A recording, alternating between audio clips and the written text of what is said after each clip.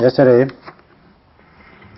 Sayadaw started mentioning this vicikiccha, skeptical doubt or uncertainty, which is an obstacle to the resolution of good and bad, or definition of the states, Dhamma, Kusala and Akusala, namely Dhamma, Vavutthana.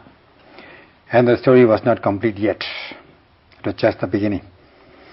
So he would like to continue this today. This skeptical doubt, uncertainty, vicikiccha is dangerous, it is tricky. And that's why Sayadaw pointed out its disadvantages. The worst is that this vicikiccha can arise in the guise of one's reason or wisdom. It can trick oneself to think that this is wisdom. And that's why for some people, intelligent people, they can quickly understand if somebody else is cheating them, lying them, or tricking them, or playing tricks on them. However, when one is playing trick on oneself, or one is cheating oneself, then one may not be aware of this. Even as one is aware of this, one will think very lightly of this kind of vicikiccha, skeptical doubt. Because one loves oneself, so one tends to hide this kind of defect, shortcoming. And one may even hide this shortcoming for the whole of one's life. Therefore, vicikiccha is said to arise in the guise of reason or wisdom. It can trick you into believing that what you are trying to exercise, some faculty of reason between two sides of a story, you may become ambiguous and be overwhelmed by vicikiccha, which can be, with the aid of delusion, which can arise in the guise of reason or wisdom. So, if one has overcome this vicikiccha, one has uncertain or skeptical doubt, one is cheated or tricked in this way, one will not be able to walk a path of truth and benefit. Then, what will happen? One will not be able to conduct oneself in the right way, in such a way that one's physical, verbal, mental behaviors will become blameworthy, impure, uncultured, gross and despicable. Therefore, this vicikiccha, skeptical doubt, which can be in the guise of reason or wisdom, is very dangerous, very tricky. It is a trickster. So this is very dangerous. That's why Sayadaw is emphasizing on this point. Now, the pairs of niyana and avarana, that is the pair of cause and obstacle, can be finished or completed within one day. But this pair is very important. That's why Sayadaw is taking more time to elaborate on this subject, so that yogis can understand very well. Sometimes there are some people who are doubtful, uncertain, or they are half belief or half faith, half-hearted in their faith. So they can see the disadvantage of this vicikiccha, hence this subject. This vicikiccha, skeptical doubt, uncertainty, rarely happens in those who lack sutta or knowledge, general knowledge. In most cases, because they put complete reliance on their teachers, and they would stick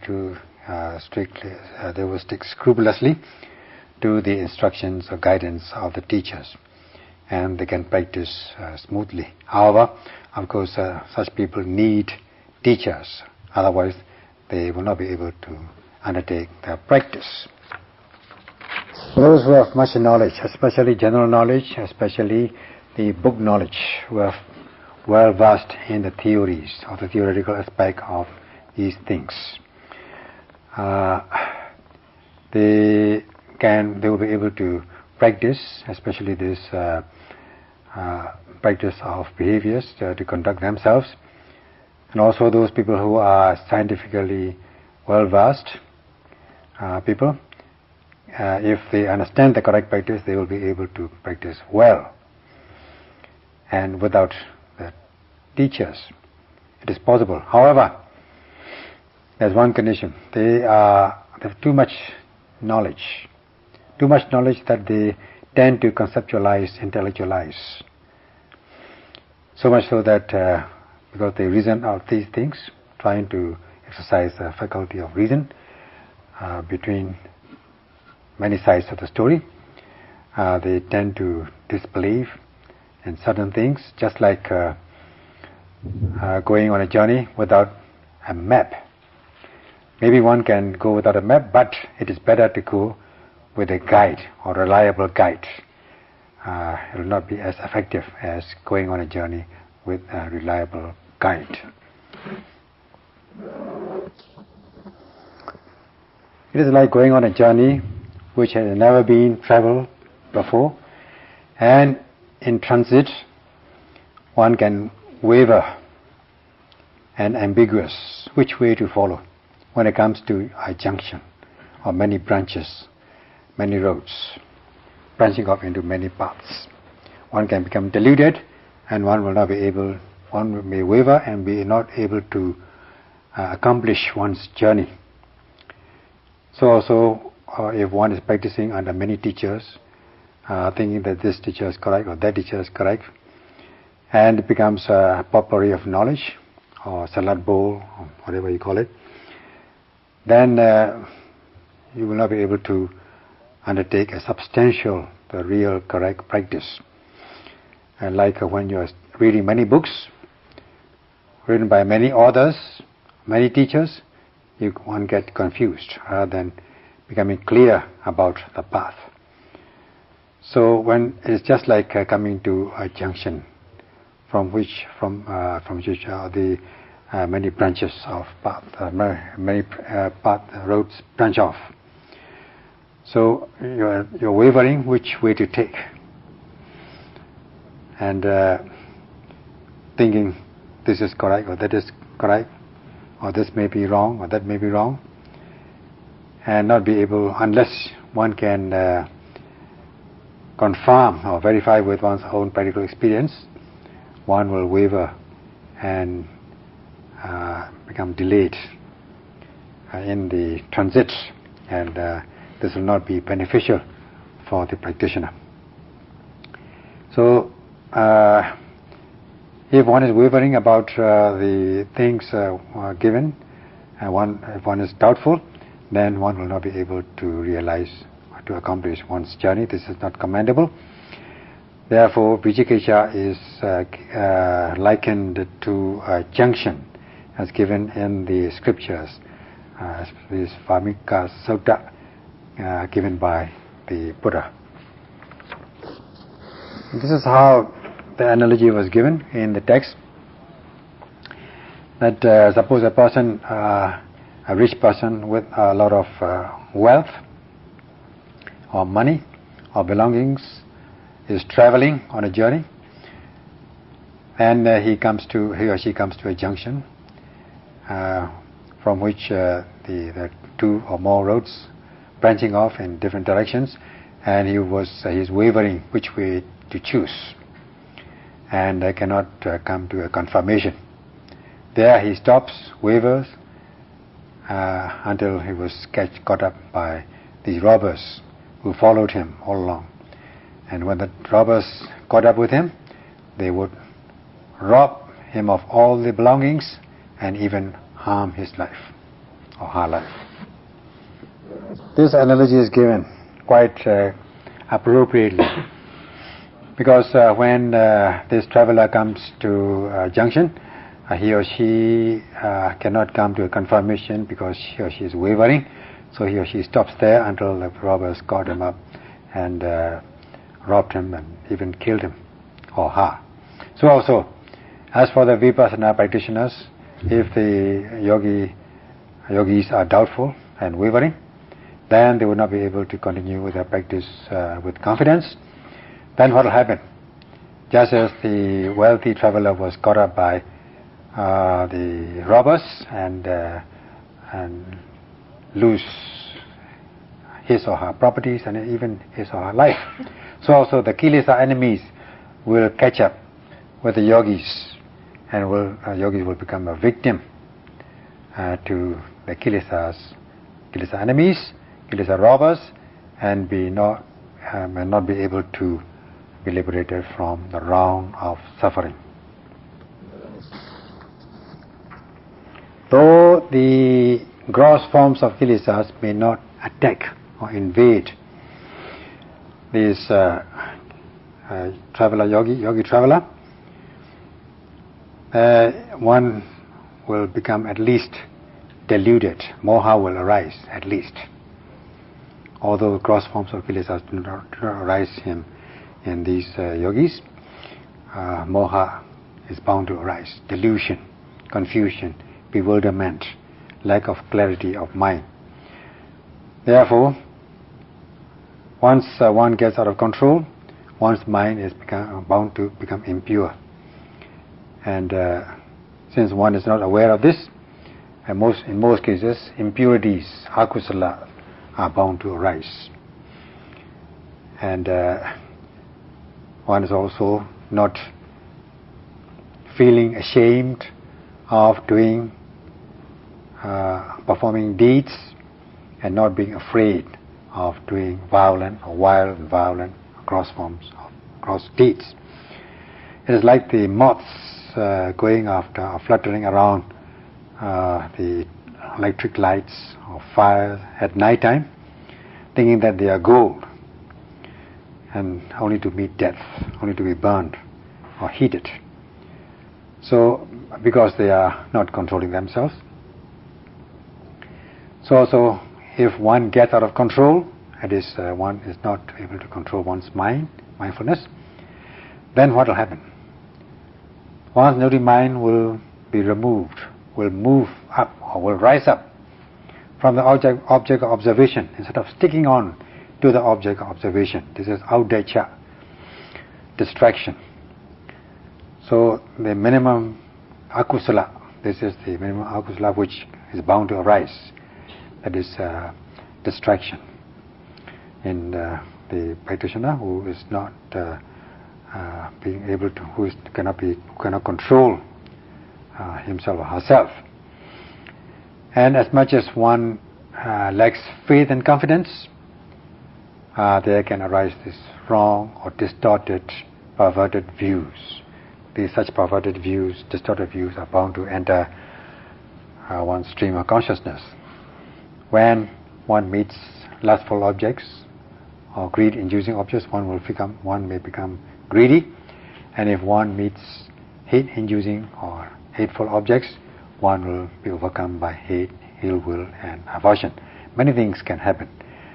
This is what is meant by becoming a victim to kilesa enemies. You are just overwhelmed by kilesa enemies. Based on kilesas, deeds will be performed. Some good, but in most cases bad, unwholesome. Mostly impurities will be performed, giving rise to impure, unwholesome consequences. So in this way, walking on the path of kilesas, one will not be able to be liberated from the round of suffering.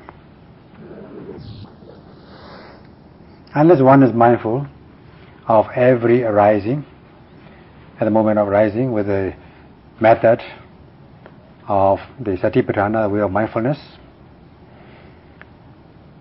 alert with alertness, diligence, and wakefulness, kilesas are bound to arise, kilesa weeds are bound to grow, and this is known as kilesa bhumi, the soil of defilements.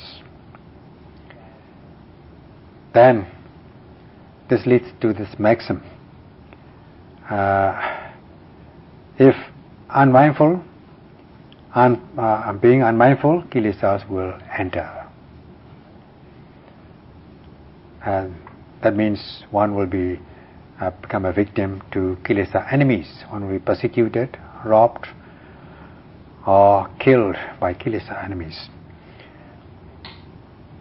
However, on the other hand, if one is mindful, by the way of Satipatthana, sustaining one's mindfulness with energetic aim, with diligence and aiming of every arising object in the body, then there's this maxim, the reverse of the first one.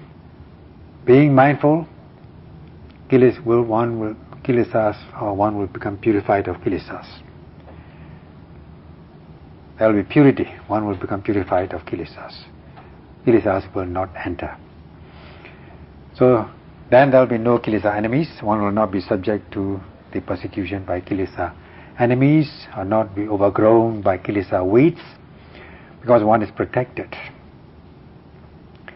For doubtful person, skeptical person, uncertain person, they will not be able to do such things, such wholesome things. If they don't do it, they are bound to be invaded, overwhelmed, and persecuted, ill-treated by kilesas.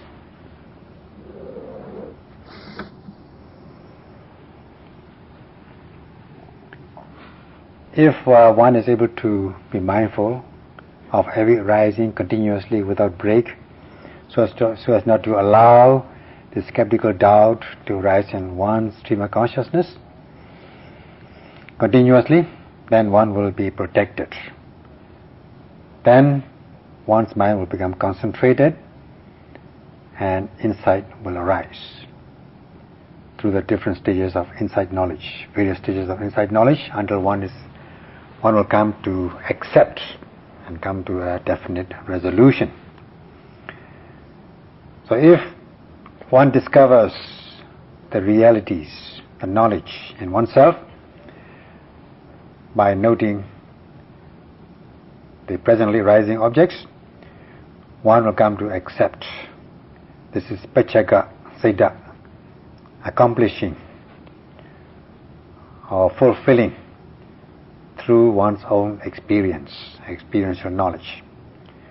This is accepting through one's own experience. The next step is to deduce, to exercise this faculty of deduction. Deduction, not deductive knowledge or inferential knowledge. Anumana Siddha or Anumana Jnana. That is, as much as these realities are discovered in the present, they must have arisen in the past, and will also arise in the same way in the future. And as much as these things arise in oneself, they are bound to arise. One can deduce that they are bound to arise in others, such as the discernment of mind and body, comprehension of cause and effect, and the comprehension of the universal characteristics of impermanence, unsatisfiedness, and selflessness. So once you are able to cultivate these two kinds of knowledge, namely Peccaka Jnana and Anumana Jnana, experiential knowledge and deductive knowledge, although one may not reach the clarity of one's wisdom or knowledge, one can accomplish through faith in the Buddha. This is known as Okappana Siddha, accomplishment through faith. Then one's doubts can be cleared and one will be able to understand things through faith. So we have these three things: experiential faith, experiential knowledge, deductive knowledge and knowledge through faith. So in this way, as much as one cultivates knowledge, one is bound to develop faith and confidence. Saddha is bound to arise. And hence another niyama or another fixed law or maxim, vipassana maxim, in one who practices vipassana, saddha is bound to arise, or faith and confidence is bound to arise.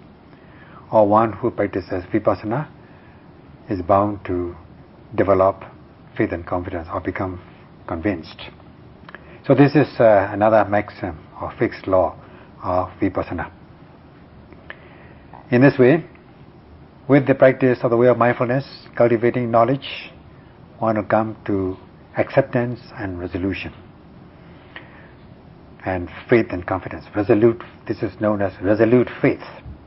This resolute faith will arise leaps and bounds. However, if one is not able to cultivate vipassana knowledge or insight practice and vipassana knowledge, then if one is not able to come to acceptance or resolution, this vicikiccha, the trickster, the skeptical doubt, uncertainty, is bound to arise whenever occasion arises, at sometimes or at all times. Whenever it has a chance to arise, it will arise, and then it will obstruct or disrupt one's practice. Therefore, it is necessary to protect oneself, not to be overwhelmed or attacked by this vicikiccha, the trickster, by noting every arising mind and body objects and be aware of the nature of these objects. Then one will be able to develop one's. There will be no chance of vicikiccha to arise. And if it arises at all, one has got to be mindful and overcome this, so that one will not be tormented, attacked by this vicikiccha, and be able to be liberated from the round of suffering. Hence, the vicikiccha is likened to a junction, as given in the text.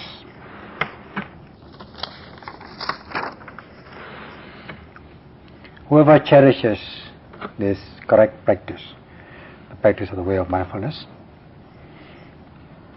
is bound, cherisher will practice the way of mindfulness respectfully, carefully and meticulously, sustaining one's attention on the arising objects to the satisfactory stage, is bound to come to the realities, understand the realities of mind and body, such as the discernment of mind and body, the cause-effect relationship and the comprehension of the universal characteristics of impermanence and so on, embarking on the progressive series of insight until one is able to go beyond the arising and passing away of the conditioned phenomena into the unconditioned, realizing the path and fruition of the knowledge of ones. Then one will come to a confirmation that this is the Dhamma. This Dhamma is the real doctrine teachings for liberation, and this is the Dhamma.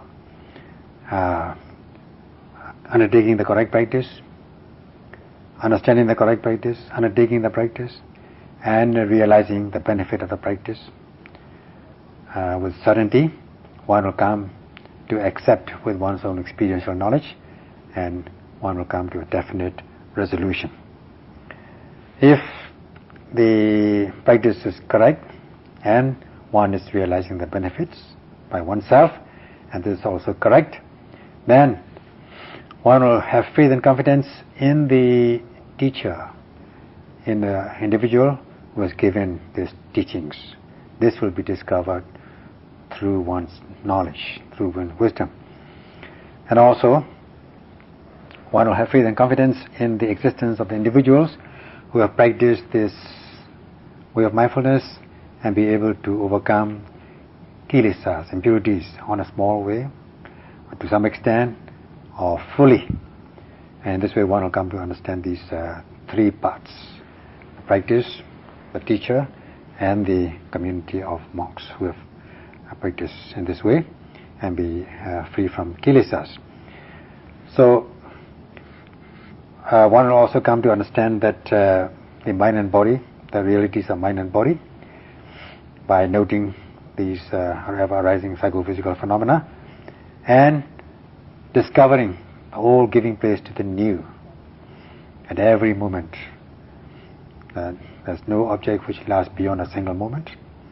One will come to accept these realities of mind and body which occurs in the present and in oneself. And one will come to deduce that as much as it occurs in oneself and in the present, this would have occurred in others, and this must have occurred in the past and also will happen in the future, so long as one continues to exist through the cause and effect process of mind and body. So this knowledge will arise.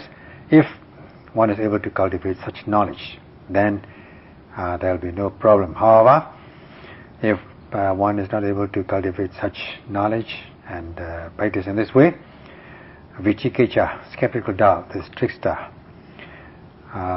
uncertainty is bound to arise. If one does not do anything, nothing will happen. There will be no faith and confidence in the Buddha, Dhamma, Sangha, in the triple and the three trainings of Sila Samadhi Panya, and in the past aggregate, present aggregate, or future aggregate, or existences, and paticca samuppada, dependent origination or interdependent origination. So one will become doubtful all the time, skeptical about all these 8 kinds of ideas or opinions. Nowadays also there can arise the skeptical doubt, uncertainty about these 4 locations or 4 places, 4 occasions. Firstly, the teacher who gives the teachings, and then the practice, the method of practice, secondly, and thirdly, and the individuals who have practiced and realized the Dhamma, and fourthly, one's own practice. So in these 4 locations, in these 4 things, one may become skeptical or doubtful. And this is also said as vicikiccha, skeptical doubt. Therefore it is necessary to overcome the skeptical doubt and be able to practice smoothly, consistently, precisely, and be able to realize the path and fruition of the knowledge of the noble ones and see Nibbana. This is the realizing the real peace and happiness. So towards this end, the teachers have been giving teachings in accordance with the expositions, Buddha's expositions, in accordance with the teacher's methods, and from both from the theoretical and practical aspects, to overcome this skeptical doubt.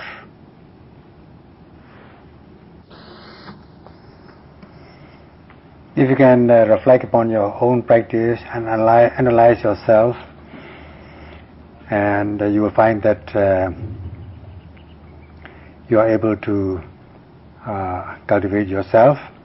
You're bound to see the benefit in yourself. As much as you are able to analyze yourself, you're bound to see all these things. And also, vicikiccha become less and less. It is quite sure that you are bound to be less and less overcome by vicikiccha, skeptical doubt. But just imagine this support to kilesa, support to vipassana, namely sila, moral conduct. Just think about it. This moral conduct is to abstain from what should be abstained and to observe what should be observed. Not to do what you are not supposed to do, or to do what you are supposed to do, or not to speak what you are not supposed to speak. So if one practices or sustains the sila with faith and confidence, without any doubt, you are able to control your physical and verbal behaviors, so that they become blameless, pure, cultured, gentle, and affable. And this can be experienced this can be realized through your own experience. If one does not sustain it, one will not realize this kind of benefit, that is the purity of physical and verbal behaviors. One's behaviors, physical and verbal behaviors, will remain impure as ever, as coarse, gross, and despicable as ever. However, if one practices, one is bound to purify one's physical and verbal behaviors. This is the benefit of the practice. So with one's own practice, one will come to have faith and confidence in one's practice. One will become convinced. In this way, one will be free from the skeptical doubt. Furthermore, if one is able to sustain one's mindfulness on the ever-arising object, noting rising and falling as the main object and other objects as they arise, you are bound to become concentrated. Your mind is bound to become concentrated, and even if it's for 1 minute, at the rate of 1 mindfulness per second, you can just imagine how much your mind will be concentrated. In this way, your mind is said to be fortified, energized fully, and not be invaded or overcome by kilesas. Will not be tormented by kilesas. And as you are noting energetically these objects, there is this driving power to direct your noting mind towards the object observation. You are making effort every time, so you will be free from this laziness. Kilesas will not be accepted. So with the exertion of energy, kilesas are not accepted, and by not being accepted, they are said to be overcome. So once your noting mind and objects are concurrent, precise, you are bound to have experience the advantages of the practice, beginning with piti, rapturous feeling. And as much as you sustain your mindfulness, the sati is bound to arise, and sati has the power of not allowing kilesas to enter your stream of consciousness. It tends to hinder or blocks the entry of kilesas into your stream of consciousness. And as the mind is concentrated as a result of sustaining mindfulness, there will be no dispersion of the mind, and you'll be free from the obsessive kinds of defilements. In this way, you are said to be purifying your mind, and you're bound to get the benefit of the gentleness and cultivation and of the mind, so that it becomes affable and lovable. And in the meantime, if you are able to cultivate knowledge, then especially at the stage of if you reach the stage of Sankharupekha Jnana, that is the knowledge of the contemplation of the formations, of the equanimity towards all formations. Even if you are confronted with good and bad things, conditions in life, you will be equipoised. Neither will you be elated about desirable objects, nor be dejected about undesirable objects. You become balanced, and this is a commendable state of mind. So this such state of mind, equipoise, a balanced state, cannot be realized through worldly means, however much you try to practice. So as much as you are able to cultivate such things, benefits, you are bound to come to acceptance and resolution. And the teacher is giving, Sayadaw is giving this Dhamma talk, so as you can come to acceptance stage by stage, and be free from skeptical doubt in accordance with the Buddha's exposition and the method given to him by the teachers. If one is being mindful of every arising in all the postures or manners during the day, with the practice with the method of Satipatthana, you are bound to become pure, blameless, and considering this, coming to a resolution, come to a definite resolution and acceptance that this method leads to purification of the mind. This is kusala. Now, of course, nobody is forcing you to believe this or to come to such a resolution. You are doing it through your own experience. And it is necessary also to be free from doubts as to the correctness of kusala or akusala, about the practice, or whether this practice is wholesome or not wholesome. So one is necessary to be free of uncertainty about the correctness of the practice, about the wholesomeness of the practice. If one is able to be mindful at all postures, as already mentioned, in all manners, then one is bound to comprehend the characteristics, as already mentioned previously, such as the discernment of mind and body, all the realities of mind and body, the cause-effect process, and all these are stages of knowledge. All these are kinds of knowledge. And moreover, if one is able to sustain one's mindfulness, sati, then, as has been said, that one will be free from these hindrances, nivaranas, to progress. And as much as one is free from hindrances and undermining of subversive elements, one's mind is bound to become serene and bright. And this is a serene kind of, this leads to serene kind of faith. So at this moment, can there be any greed or hatred? There cannot be. There can only arise wholesome mental states, wholesome roots such as alobha, non-greed, adosa, non-hatred. All these are mental powers, wholesome mental powers, blameless mental powers, which arise every time you are mindful. If you are mindful of every arising, and with the practice of the way of mindfulness, Satipatthana, you are bound to cultivate vipassana kusala.